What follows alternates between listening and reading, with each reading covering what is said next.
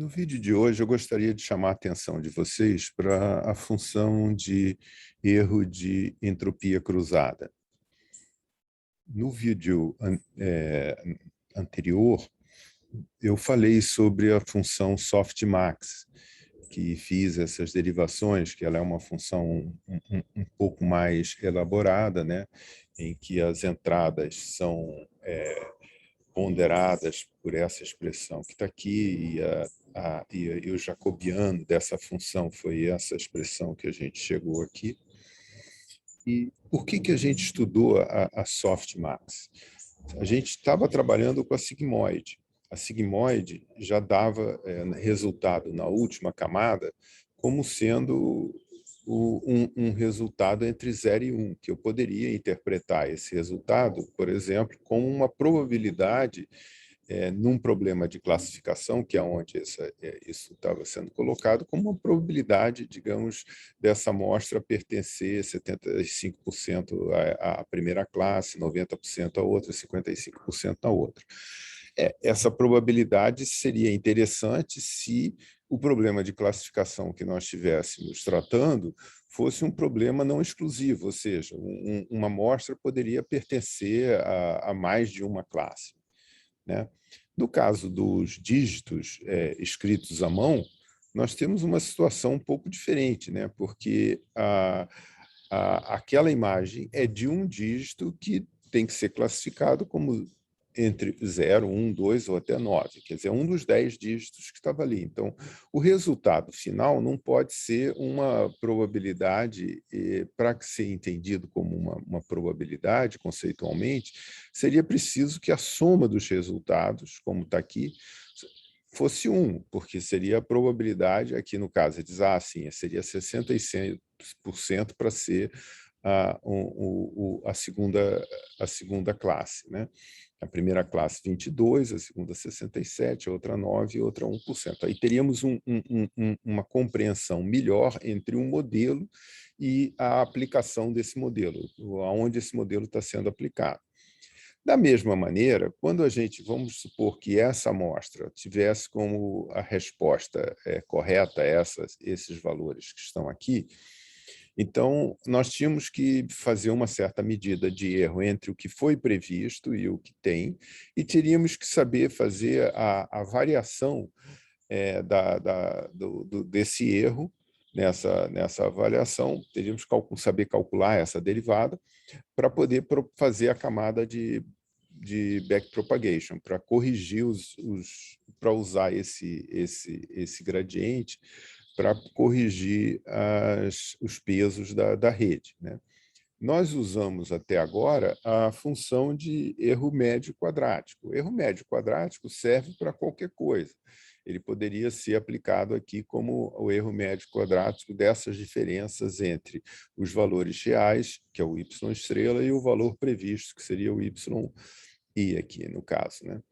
Mas existe uma medida mais aplicada que tem a ver com a estatística sobre esse resultado pertencer ou não a uma distribuição que é dado pelas amostras, né? Essa medida é a medida de entropia cruzada. E ela é implementada da seguinte forma: ela seria o somatório dos valores reais vezes o log dos valores previstos. Aqui tem uma pequena diferença de notação, aqui y aqui passou a ser o valor real e o s o valor previsto, tá? Então, nessa fórmula, a gente saberia fazer essa conta, seria fácil de implementar. A questão seria saber qual é a taxa de variação de S com relação a Z. E aí nós temos uma situação que é essa que está aí, quer dizer, derivar esse erro em relação a Z é derivar esse somatório, como sempre, a derivada do somatório é o somatório das derivadas, e aqui, nesse caso, a gente está falando, o y não tá é o valor correto, não está variando com S, que é com Z, né? Z só interfere em S, e a derivada de um logaritmo é 1 sobre o que está no logaritmo vezes a derivada do que está dentro do logaritmo, que é isso aqui, como a gente viu no vídeo também passado da Softmax. Essa função, continuando aqui essa derivada, né, que então seria y sobre ys, que vezes a derivada de S em relação a Z, que nós já vimos, seria essa expressão que está aqui para SI em relação a ZJ. E aí tem esse termo aqui, que é aquele termo que só existe quando I é igual a J. Tá certo? Aqui, esse SI corta com esse SI, então essa expressão vira simplesmente YI vezes isso que está aqui. Essa expressão também pode ser escrita da seguinte forma. Primeiro, vamos tirar esse somatório. É um truque para a gente chegar na resposta. A resposta é até mais simples, mas tem que passar por esse processo. Primeiro, eu vou tirar o J desse somatório. Se eu tirar o J desse somatório, esse termo aqui, essa parte vai ficar... Eu separei aqui a soma sem o J e botei o J aqui depois. Então, a soma sem o J, esse termo aqui vai ficar igual a 0, e esse outro aqui vai ficar igual a 1.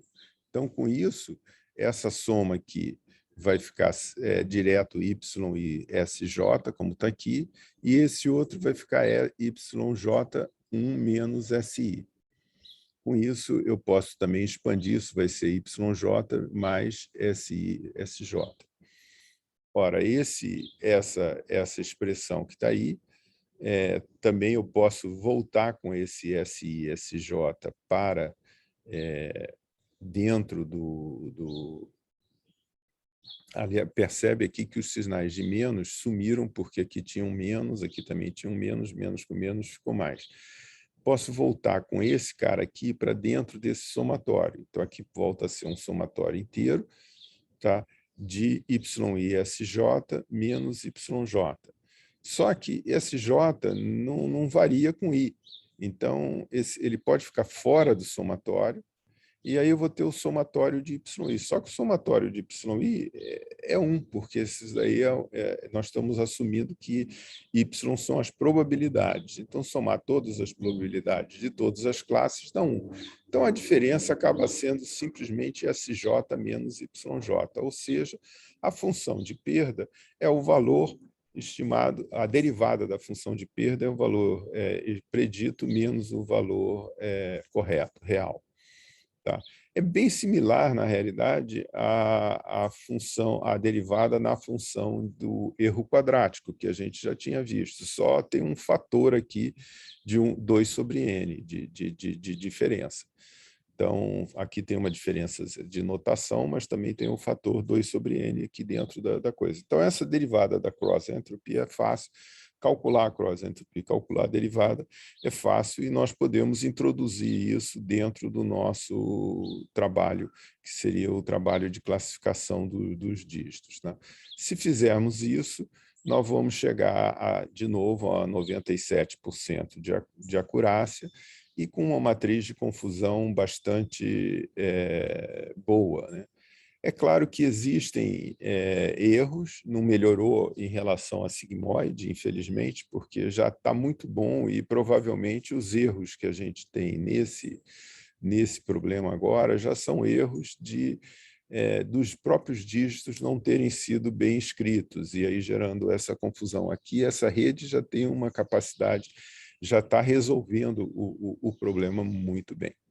Então, apesar de não ter dado assim, um impacto muito grande, porque não tinha mais como dar impacto, já estava muito boa a resposta anterior, essa maneira de usar para um problema de classificação em que as classes são... a amostra só pode pertencer a uma das classes, é melhor a gente usar a função softmax e usar como função de perda essa função da cross-entropy, que ficaria mais consistente com a teoria.